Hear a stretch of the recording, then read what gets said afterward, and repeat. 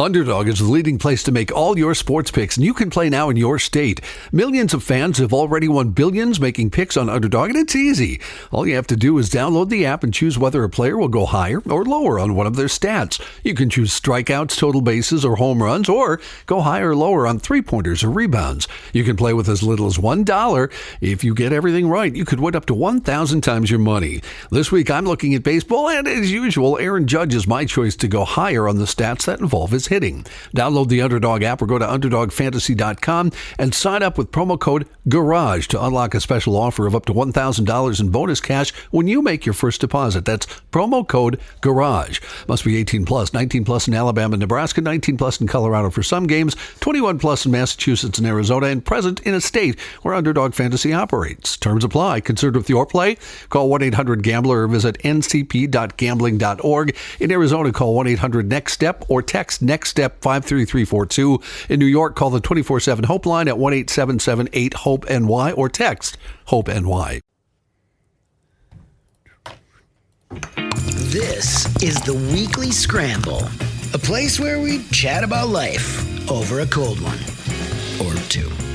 It's time to belly up to the pod with Mike Fratelloni and your host, Chris Reavers. That's right. It's time for the Weekly Scramble podcast. My name is Chris Reavers. With me, as always, his name is Mike Fratelloni. Hello, Michael. How you doing, Reavers? I am doing good, and I'm pleased to announce our new partnership again here on the Weekly Scramble podcast and Garage Logic with our buddies from We Are Nuts.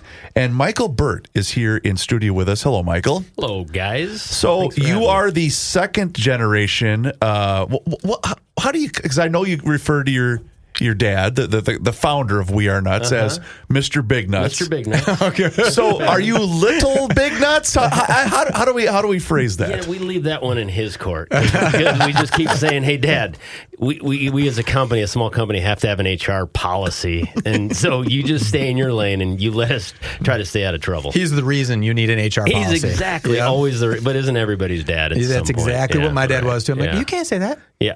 No, Dad. I suppose. Yeah. What a cute girl that we got working. You can't say that. You can't say that. You can't hug everybody all the time. So I had the opportunity, about a week ago, little more than a week ago, to tour your new facility over there in Northeast Minneapolis. Yeah, right on the river. Man, great spot. I got to tell you guys, I had said this on both of my ads, and I mentioned this to Joe and the crew on Garage Logic. What an impressive setup you have. And again, I walked into it not really knowing what to expect, right? Yeah. But what an impressive setup that you guys have. And I'm going to tell you something. Mm-hmm. Watching the product being roasted and made on site, I don't know why, it was so cool. Yeah. It was just guy stuff. It's gears turning. It's just guy stuff. It was cool. It's making stuff, right? So you're armed with a 30,000 square foot standalone warehouse, a Willy Wonka facility, and it's it's old and it's personality and it's brick and it's room by room, and there's a candy making room, there's a nut roasting room, there's a nut butter room, and everybody's just like dirty, working on old machines, just grinding it out and, making things 100 pounds at a time. And it's just real. It's just real all the way through from, how the humans that we source these cashews from in Vietnam, all the way through the food chain of the truck drivers that drive it to our door, and then humans roasting it, packing it, and then getting it out. It's a cool scene. And people always ask to come walk through, and it's like, it's not a Krispy Kreme retail donut farm. It's not, we're not at Subway, right? Not there. Right. Yeah, right. It is, but I lose track of, do you take it for granted that making things and using your hands is legit? And so it was always good to see it through other guys' eyes. Yeah, super validating, right? Yeah, I mean, it validates the quality of the product. Would you call that small batch manufacturing when you're doing 100 pounds? That's not a crazy amount, right? It's not efficient. Sure. It's not as efficient as what we got going to compete, on price against the Davids of the world as us little Goliath, but vice versa. We're the David against the Goliath. But yeah, I mean, it is. It validates not only for me, my dad, my brothers, that, we obsess and grind on this thing night in, night out, running a company, but the employees that are there showing up 6 a.m., working 10-hour shifts, just, pouring their sweat and tears into it, knowing that not technically into it. No, technically put it in the bag. But it's the game of, I don't care whether you run a restaurant or whatever it is. It's a game of first impressions, and if that first bite of something, first consumer experience isn't a good one, then they're not going to come back. And we want to create a habit for people. So I got to tell you too, because Mike, you'll love this. So as we walked through the facility, and I sent Mike the video, and I forget the employee's name that was wheeling out the pallet, but he couldn't have been cooler. I said, wait, that's the first pallet going to Fratelloni's. I got to take a video of this. And so I sent the video to Mike. But what was cool, but they were already starting their Christmas catalog stuff, because I got to imagine gifts and things like that are just flying off the shelves. Oh my God. I mean, the amount of company gifts we do, we call them our Christmas cashews. So I mean, these big old, that's why Dad was Mr. Big Nuts, because he takes pride in getting the biggest cashews we can in the world. Yep. And so these Christmas cashews, for people that know it, have become like a thing. Mm-hmm. And there's nothing better than getting a big gift tin of Christmas cashews delivered to your company over the holidays. Because one of the things I wanted to mention or ask you about, because you've already mentioned the relationship that how do you start a relationship with a nut farm in Vietnam? How does that even seriously? That's a real good question. I was looking for a girlfriend. Well, hey, I'm heading to Vietnam. I was floored by that part of the tour, and because I saw where they were getting ready, Mike, for how many thousands of pounds of cashews that were coming. I'm thinking, how do you even start that relationship? Yeah, I mean, it goes back to how Dad made this our logo and company name up, We Are Nuts, at our kitchen table when I was 6. I mean, he's good to people everywhere in his life. You get introduced to somebody, you massage that relationship, you meet someone else, and if you're in it long enough, the cream rises to the top in terms of people that take care of each other. It's not a quick trick. And so just relationship driven. And then for us, one of our biggest thing is finding a good relationship that was more or less sustainably sourced. What I mean by that is, at least nut farming is a dirty business, can be a dirty business, because a lot of it comes internationally, because nuts are, different nut varieties are grown internationally. And so trying to get with someone that holds our family values, our, Catholic values about how we're sourcing and what we're bringing in, and then the people that are then treated making that product. And so, you kind of can take a stance on that one way or the other, and we just chose to take the stance we did, and it's paid off. So you're roughly my age, something like that. And so I know I had this existential crisis when I was graduating from high school. Right, I went to Roseville, you went to CDH. Yep, Cretan. And when you went, it was Cretan then. Sorry, right? No, I wasn't. I shouldn't say that. Yeah, it was. I'm going to get in trouble. Okay, CDH. CDH. It was CDH. Okay, so I knew that I was going to go work for my dad. Yeah. I avoided it for as long as I possibly could. I love my dad, right? But I just didn't know. Did you have that? When you were sitting there in algebra class in 11th grade, did you say, why? I'm going to sell nuts. I know what I'm going to go do. Or did you have an interim career between those? Yeah, I think I did. The short answer is yes, I did. That time it wasn't a sexy business. We weren't out at the state fair. We weren't out in retail stores. No one really knew who we were. Our friends didn't. Our family didn't. And so, my kids maybe look at it a little bit differently. And as I drag them out to the fair to teach them a work ethic and say, this is how you're going to learn. This is how I learned. I just learned in a warehouse the dirty way. I'd say that when I did decide to work with them after college, it didn't go well. And we just beat heads. I was which is not uncommon. Arrogant 20-year-old kid, didn't know, and he was an arrogant dad of 3 boys, and so thank God for the University of St. Thomas. I don't know if you guys know this. It's cool. They have the only undergraduate major in family business in the country, because there's such a strong family business culture in Minnesota. Obviously, some of the massive ones. So as a result, they have a program, and family businesses go there once a month, and we all sit in a room, 200, 300 people, and listen to a panel about family business topics. And you think as a family business, you think as a business owner, you think of, as anybody, you're alone in this. And then you think, oh, my problems are unique to me. I don't care whether it's a husband or a dad. And then you sit and you therapeutize or whatever it is with others that are doing it. And you're just like, oh, you have those problems? except they're fourth generation problems. That's super messy. Sure. Thank God we're just second gen at this point. Yeah, sometimes those fourth generations have 15 more owners that have never walked into the building. Yes. You're like, oh, that's way harder. Yes, right? and tough spouses and kids and it's divorces, messy. Dementia, drug use. Yeah, all my two brothers and I, it's three boys. We all work in the company every day. We all have my dad's work ethic, my grandpa's work ethic, and so it's different when y'all are rolled up your sleeves and hustling. So that's what we're doing. I want to get to the reason why we're having you on with our partnership for Back to the 50s tomorrow, but you mentioned your grandpa. Yeah. Mike, I heard this story before you got here today, but tell us a story about your grandpa. Yeah, when we were talking cars, right? Yep. And so we were kind of sharing who's the cars guys, and it sounds like Joe's a big car guy. My dad's a big car guy, and that evolved from my grandpa who so my dad's one of 10 out of St. Louis Park, Benilde and St. Margaret's family. That was before they were merged. Sure.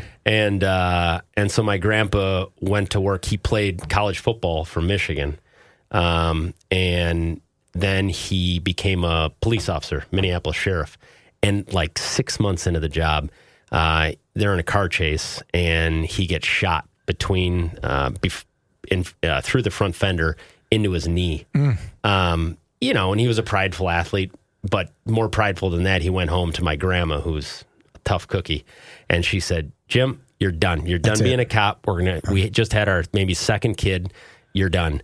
And so he then went to work selling cars and went to work selling Lincolns, and sold Lincolns his entire life for 50 years. Sold it all the Vikings, everybody in town when it was the good old days of car selling, of relationships, and you sell one car and then you sell that person that Lincoln for the next 20 years. And so, my grandpa grew up on Planters peanuts, and we always said, "Grandpa, come on, there's a better way to snack than those Planters peanuts. It's chock full of shit, and they're not even good tasting in the first place. Come on, try our We Are Nuts." And so, we eventually got him going on that, but as a result, my dad bring down cars. Eat your nut? He got around, He came around. He came around when we give him the cashews for free. I was going to say, did you make him buy him? He's like, I'm not buying them until they give them to me for free. Right. He must have been a tough cookie to not eat his kid's own business's nuts. But one of his most prideful days was hopping to my dad's 63 split window Corvette and getting in line on Snelling, because right where we grew up, and we'd always come down and hear the cars, and then driving down that parade into the show. Yeah, it was good. So the show means Back to the 50s means more to you than just having a booth at Back to the 50s. Yeah, I mean, yes, it is a gift and a blessing to be down there. We have such a unique experience down at the Back to the 50s, being in the Ladies Showcase building up on the north end, which is fully air conditioned, full brand new bathrooms for everybody looking for some relief this weekend. Sure. Air conditioned relief. Yeah. So it's a great show, because you're right. It's one of the things, just like the State Fair, that you grow up doing here in St. Paul as a Minnesotan, and we get to now kind of live behind the scenes and see it a different way. Sure. Yeah, that's good. That is cool, because I know for me, I'm not really a car guy. I mean, I am only because of the crew that I work with in GL. So we've done Back to the 50s. A ton of times, right? But once you get there, you realize just how important that is for you'll see a guy sitting in a lawn chair next to whatever his vehicle is, right? And you're thinking, that guy has spent the vast majority of his free time working on that vehicle. 100%. And that it's cool, because for me, I don't do that, but I have such an appreciation for the guy that does do that. And because you were talking to your dad before you came on with us about his collection of cars that he's got, and I just think that's cool. I really Is your dad going to drive something down? He's not. He's out of town this year. He's not going to bring something cool? Okay. No. And he won't trust you to... Oh, my God. You go Ferris Bueller pick up one of those cars.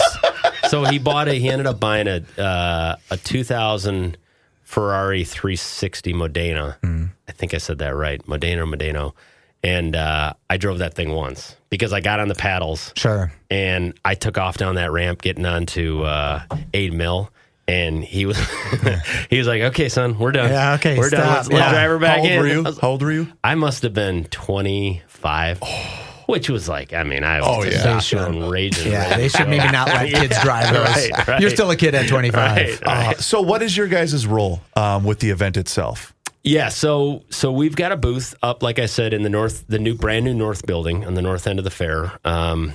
as part of the Ladies Showcase. So the Ladies Showcase, it's such a cool kind of side cultural organization of the show, of all, I guess the ladies of the car industry, sure, that come together in a lot of ways. There's programming around that, and they have a bunch of more, I'd say, arts and crafts boutiques kind of things. But their big thing every morning is they hand out these custom one-of-a-kind bags to the first 5,000 people up at the north end. Oh, wow. So there's a line as far as you can see, and they come through all the booths. So we've just had a ton of success there because we have such a great snack that lends itself perfectly for the ladies to pick up for themselves. They kind of pick up their flavors, and then they bring it back to the boys on the lawn chairs sitting at the cars. So you will be busy. You'll sell a bunch of stuff there. My God. You saw my trailer out in the lot. Yeah. I packed that thing as full as I could get. Oh, really? Okay. Oh, yeah. I mean, and then our toffee nuts, our maple bourbon nuts, there's no shortage of things that people are going to be snacking I'm sure on. after you sell somebody 30 containers full of things, you're going to say, oh, by the way, go to Fratelloni's next week. after Back to the 50s is over, and you bought them all for me, go to Fratelloni's, because Fratelloni's, you know this, Reavers. We've talked about this during their ads, but Fratelloni's has been a We Are Nuts company for a very long time. Years, right? Yeah, but I always ate the product, right? I always one thing about We Are Nuts, and I should let you do this, but I'm going to pick it. I'm going to say it comes in a really neat container that fits in your cup holder perfectly in your car, and then the cap kind of works as a de facto cup, right? So you can kind of put some in the cup. It just works out really well. So I've always been eating these, but we've always done well with the product, but now we're putting in these big end caps at our stores, and sales are just starting to skyrocket. I know, Reavers, you're going to say, because you're advertising in Garage Logic, right? But it's just starting to skyrocket. So something's right about the product. I think it really resonates. Before they even taste it, the packaging resonates with people. It does. And then when they taste it, they're like, I get it, right? It's a different nut. Fits right in a cup holder, so perfect for grabbing for fishing. Fits right in your cup holder in your boat, golf course, right? I mean, as someone that golfs, shout out to Joe, you take the turn, and what are your options? You get a Snickers bar and a Gatorade, right? Maybe you're feeling light and you're going to get a Cliff Bar. But if you get this snack of nuts, it's just like the perfect golf companion, And also, I think the fact, and not that I need to tell either one of you two this, but from just a marketing standpoint in general, just being Minnesota made.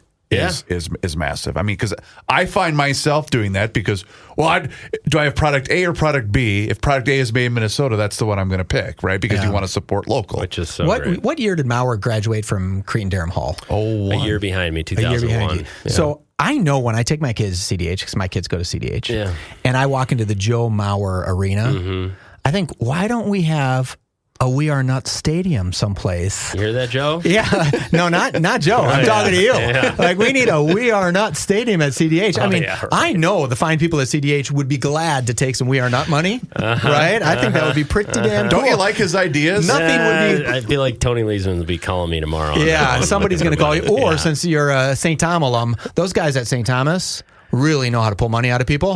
So they'll get you to the Premier Club or whatever, and you'll be spending nuts money all day long. There you go. And wouldn't that be... Reavers, I'm very lucky, right? I'm very lucky with my business. I'm super lucky. But if I had nut money, I mean, that's a whole different level You of know money. how much it costs to compete against Planters, Blue Diamond, and Fishers? You don't even compete. You're a totally different thing. Yeah, I appreciate you saying that. You are a totally different nut. We want to be the Surly, right? Versus a Bud and Coors. Exactly. Right? I mean, still... That's really interesting. You're right. Yeah. Still scalable, still national for what we do because of how we do it. And yet, born here. Yeah. It's unique. It's unique. Yeah. And better. Sorry, I mean, it is better. It is better. Period. It is better. They just can't do what you do. Yeah, right. That's it. For a $4.99 cup of nuts or whatever they sell for, right? What they're doing is just not the same thing. No, it's day and night different. Yeah, it is. Okay, so one of the things I also wanted to ask you about is, and I did not know this. So having, let's see, what year am I now into broadcasting? 20 something or other. I had no idea you guys were at the state fair. Oh, yeah. How long has that been for you guys? And let's walk through, because Mike and I do our show at the fair, twice a year. Yeah. Every year for the last 12 years, we've been doing our show out there. What is that process like? Well, where are you guys located, and what is that process from the beginning of the fair to the end of the fair? I mean, it's a marathon and a sprint at the same time. It's one of those things. My dad and I are gluttons for punishment. If my two younger brothers brothers had their way, we may not be at the state fair. They this year were like, hey, we're done. We're out. Yeah, it's too tiring. And it's just too tiring. Yeah. It grinds. You're terrible coming home as a dad, as a husband. My dad and I we're people. And so we just thrive off of the energy of the fair. And so, it is a 12-day. So, yeah, we're out in the West End, which is a great spot to be. The newer area, for sure. Yeah. Because Lola's is fun. Yes. You got the Blue Barn. We're right where the buses come in. Oh, wow. You got the Shells Amphitheater, which is so clean and nice, and they got such awesome acts every night. You can hear the grandstand at night. And so we just got a beautiful booth, a big fun booth, and my dad's out there taking pictures at our big We Are Nuts sign. Everybody's getting their Christmas photo in a big front of a We Are Nuts sign to show that their family's nuts. And that's cool. That is fun, and it's just it's a beast. Every year it just kind of compounds on itself, and it's just good to see people. You want me to destroy it for him? You ready? I'm going to give him the world's best idea. Okay. You need to take the original toffee peanut or one of the almonds and deep fry that sucker with a little bit of batter. Put it on a stick. Put it on a stick. It's going to be twice as hard as what you're doing, but people are going to love it. Your dad's going to take that idea and say, you know what? We should deep fry some nuts. I heard Fred Aloni say that on the show. Let's try that. And then you're going to come back all greasy after a day of work, and you're like, I'm done. But I'll be honest, we joke, but I'm always looking for, because listen, when we're doing 500 shows out there during, I want something different. Yeah, right. Because I can only eat so much deep fried ravioli before my gut says, "Uncle, I'm done here." Yeah, and especially when you're trying to match that with drinking beers and kind of keep through the day. I mean, you need something that's not going to just bury you. So this year, I to the kind of the deep fried point, I took on the pickle. Okay. Just because, there's a couple favorites in the fair, and it's the pickle or the deep fried. What'd you think? So I'm making pickle peanuts right now. Shut up. And I'm about 3 or 4 rounds through of this idea in R&D, working with a local spice company called Here's the Deal Spice. Great spice guys. If you're ever looking for awesome spices, try those guys out. But they're concocting some different spice variants. It is a tough animal to crack on getting a good pickle flavor. Sure, and you're going for a dill pickle flavor? Going for a dill pickle flavor. Okay. And so my latest idea that came to me after trial yesterday, as I'm sitting in there kind of grinding through it with my best candy maker and my plant manager, is I think I'm going to have to resort to using pickle juice. I'm going to have to infuse pickle juice into one of the layers of our toffee nuts. Oh, into the layer. So it's coming. It's in the blue book. Okay. So everybody grab that coupon because we're practically giving it away in that blue book. But, so when you develop something like that, a little behind the scenes of the state fair, do you have to go to the state fair and say, hey, we want to add something to our... Oh, God, yeah. Everything has to be... And if I'm not mistaken... Because they don't want to conflict someone else out. Okay. So you have to get it approved. Oh, yeah. And you have to make enough for the state fair to cover the state fair no matter what, right? Yeah. You can't have... Your last day has to be the exact same as your first day. With the blue book. That's a good call out. Okay. Yeah, that's kind of... You got to be careful with the wish for on the blue book because if you get in... There are thousands of people that shop on that blue book. Okay. They will walk around the fair with that blue book. And just go from booth to booth to booth. Yeah, because, it saves real money. Sure, because you as a vendor, you have to discount something at least 30%. Okay. Now, to be competitive and get in, because it's so damn competitive getting that blue book, you really got to sharpen your pencil. Probably get closer to 50% off. Holy cow. You're giving it away. Yeah. But it's engagement and it's trial and all the things. And it's just fun. And so I keep telling Dad, hey, Dad, we're dressing you up as a pickle this year. You're going to be running around looking like a pickle. Sorry to say it. But, sounds like he's the kind of guy who'll do it. Yeah. So you've got me curious now. So the whole dill pickle factor coming up with different seasoning, and not to bring up a competitor by any means, but is it almost like taking a page out of what the sunflower seed industry has done? Because, in our family, baseball season, we go through a lot of sunflower seeds, and some of the creations they've come up with, I'm like, just give me a regular seed. Totally. Or I'll even settle for kettle roast. Right? Yeah. But just give me a regular sunflower seed. Kudos to our buddies down at Smackin' Seeds. I don't know if you had Smackin' Seeds. But oh, man. Another great Minnesota story, and just two good dudes. You should have them on.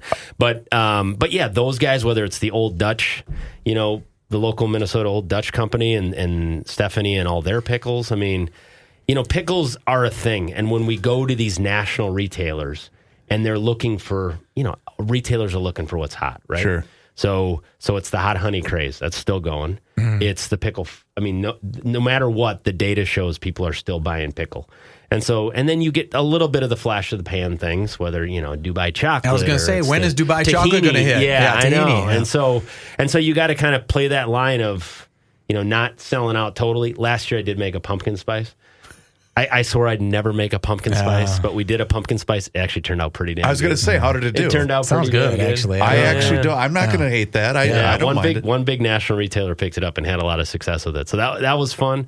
So it's doing that, but then staying true to like our maple bourbon almonds. I mean, you guys know those are just like classically. Yeah, awesome. Reaver's got a can of them. He goes, I ate them all in one day, and I was like, well, that was a mistake. That might be too many to eat in one day. Yeah. Don't tell me what to do. Like, just do it on 2 rides to work, not one ride to work. A good product State Fair story is our hot nuts.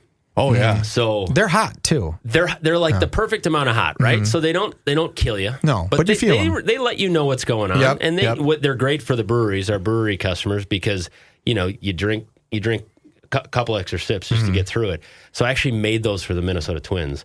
So when Minnesota Twins out in left field, they built like a local market. Oh yeah. So our good friend Kieran Folliard that runs Kieran's and then built Two Gingers Whiskey. He had a booth down there. He was making food. We got brought in to sell our nuts down there. And so I wanted a hot thing for all the vendors down there that are selling beer. And so I made the hot nuts and I went in front of the Twins committee and they're like, too hot. We need to tone up Minnesotan down. Yeah. And so now, that's, whatever. It's fine. Sure. So now you go out to the fair and fair people will let you know what they think about your things. And so now you give it and, people hot people are confident, arrogant people about their heat. And so the amount of like Minnesota heat jokes that we get on those hot nuts is unbelievable. They're making fun of us because it's like, that's not hot. Let's get your ketchup thing. You Minnesotans don't know it. We come to the fair expecting hot, because they're from the South. So you're basically describing me, where ketchup is a spice to me, for sure. Right. For Thank God you're not making barbecue, because then it's really bad. You don't even know barbecue. Okay, so you guys are the presenting sponsor for Garage Logic at Back to the 50s, and remind the listener again where they can locate you guys at Back to the 50s. So come find us on the north end. I think that's up Machinery Hill, right? Up in the north end. You'll see it on the map. It'll be called the MSRA Ladies Market. Like I said, air conditioning, brand new. I was going to say the weather. It's going to be warm, relief. But yeah, it's going to be a great day. And find us. You'll see us right in the door, right in the corner. We've got all of our best people down there, myself included. So would love to see you. Awesome, Michael. Thanks for coming in, man. This was a lot of fun. Guys, thanks for letting me tell some of the story. And if you want to find out more information, just visit their website, wearenutsmn.com. And it doesn't matter where you're located. They'll service anybody anywhere. We'll ship it to your house. It doesn't matter. Michael, thanks, man. This was a treat. Appreciate you guys. Again, wearenutsmn.com. The Weekly Scramble. We'll be right back. That was a fun conversation. See, I always love meeting the clients, obviously, because this is a client-driven business that we work in. But what a cool dude. I really like Michael. He's a really good guy. It's funny because with their partnership with Garage Logic, with their partnership with Fratelloni's, right? They're in all of our stores. And it's weird because I really want this to be super successful. Yeah. Because I really like Michael. Yeah. And the product, we're already successful with the product. Fratelloni's has sold a lot of it for years, right? But now we're putting up these huge end caps. We're putting candies in because they sell nuts, candies, popcorn. They sell more than just nuts. We didn't even make that clear. And so it's like, okay, this is going to work no matter what. We're and it already has. We have one store that has the end cap up, but it's killing it in 4 days. So that's awesome. It was pretty cool. So cool. But we're missing a huge celebration, Reavers. Okay. It's Juneteenth. Yes, it is. So I'm embarrassed to say this. And I don't know, maybe I'm not the only one. I kind of knew what Juneteenth was, right? Yep. But I really didn't overly know it. So I did some research, and I am going to read a little bit about Juneteenth, just in case other people. Are you all right with that? Yeah, go ahead. You can actually see that my 9 years of college has created a man who has really no ability to read whatsoever. So you'll be impressed. Usually I have you do this because you're such a smooth reader. But Juneteenth commemorates the day in 1865 when Union General Gordon Granger arrived in Galveston, Texas, right? It was 2 years after the Emancipation Proclamation was declared. Mm-hmm. The slaves did not know that slavery was over. They had to be slaves for 2 additional years because it took that long for a general to get there and tell everyone that, hey, we've emancipated all slaves, right? So I find that just Very interesting. So Juneteenth is a triumph of American ideals, not a condemnation of them. It proves that the Constitution, although imperfect, reverse, contains the tools to right our wrongs. And when you think about it, we are the only country that fought a war to abolish slavery, then amend our founding documents to ensure liberty for all. We're the only country that's ever done that, right? Here's what I find interesting. Many of our listeners, viewers and listeners of this show, we are conservative, right? We fall on the right side. We're a middle. Sure. Some people are more right than me. Some people are less right than me. But you did this. Conservatives did this. Republicans did this. Republicans emancipated the slaves, right? Conservatives did. And I want to make this our celebration, right? I want to have our side, the right side, right as in directionally right, the conservative side, take this Juneteenth as a mark of huge pride for us. We did something very difficult. We fought wars, brothers killed brothers, right? And we did it because it was right. And I want to make sure, selfishly, that the right gets some credit for this, right? And I also want to celebrate Juneteenth walking hand in hand with the people we emancipated, right? We did this for them because we knew it wasn't right to bond a human, right? It wasn't right to do that. You can't own humans. And the right understood that. Conservatives and Republicans understood that, and we did it. I am here today to state that I think Juneteenth should be a world celebration. Not every country did what we did. Slavery is still happening in other countries as we speak today. Even caste systems in India, which I think are tantamount to slavery, happen today. So I think as conservatives and as Republicans, we should stand up and have a ton of pride in Juneteenth, a ton of pride. So I think I was kind of surprised. I went to my bank today. My bank's closed, right? I'm like, oh, shoot. Like I didn't get really why it's so important. So if I were to have a hotline, and I know President Trump probably doesn't listen to this. I'm going to guess he may not. or may not hear. I'm going to let's make sure we do at President Trump, right, when we post this on YouTube, because I think he should make this even a bigger celebration next year, because we get to celebrate with those we released from bondage, and we get to celebrate hand in hand with everybody that we released collectively. And I think it would be great for America and great for the world to celebrate this. I don't disagree with anything you just said. Yeah. I don't. It seems like if we can't get behind this holiday, what holidays can we get behind, right? Well, I guess the only thing, I'm not even going to either disagree or push back on, I guess the only thing that I tend to just object to collectively with everything is how instantaneously we have to assign a political designation to any topic. And I'm not just citing that, but I guess I've always been a bit more standoff. She's like, well, let's just either hear the whole story, or why do we automatically have to, you know what I'm saying? So if you went and asked 100 17-year-old kids who freed the slaves, sure, what do you think 100 of them say? Democrats. Probably, yeah. 95% of them say Democrats, and they didn't. Democrats did not do that, right? I'm not saying Democrats are racist. That's not what I'm saying. Sure. But Republicans don't get credit for it. Republicans don't get credit for the fight that we put in to emancipate the slaves. So I think the powers that be in our right-sided party, the Conservative Party, should say, hey, let's take Juneteenth and let's really celebrate this. Let's show the people that we released from bondage, their kin benefit from being on the right side. And I think they do. But at the same time, you could also make the argument that, you know, the Republican Party of 1865 is not the Republican Party of 2025, and the Democratic Party. You know what I'm saying? So sure. I get that, you know, everything has an evolution and everything has a change and everything. And again, you know, Joe's thing is always, well, Kennedy was a rock rib Republican by 100%. Today's standards. The Republican Party is the 1965 Democratic Party right now, right? Yeah. But still, don't ruin this for me. I'm not trying to. Don't ruin it. I'm not trying to. Because we did it. Sure. And this would be a great thing to bond with people that are different than us and say, hey, this is a great celebration. Thank God this happened. Oh, and by the way, we're conservatives. Come with us. We love you. Congratulations. Mm-hmm. That kind of thing. I just want to feel better about this world. I did doing some show prep for the show. Sure. I got together and I looked at the bunker busting bombs. Right? When they're talking about the bunker busting bombs. The bunker busting bombs. So there's that one nuclear facility still in Iran that we can't get into because it's built into the mountain. Sure. Right? And some magical way, we're contemplating whether we should give Israel the ability to drop one of these bunker-busting bombs on this nuclear facility in Iran, right?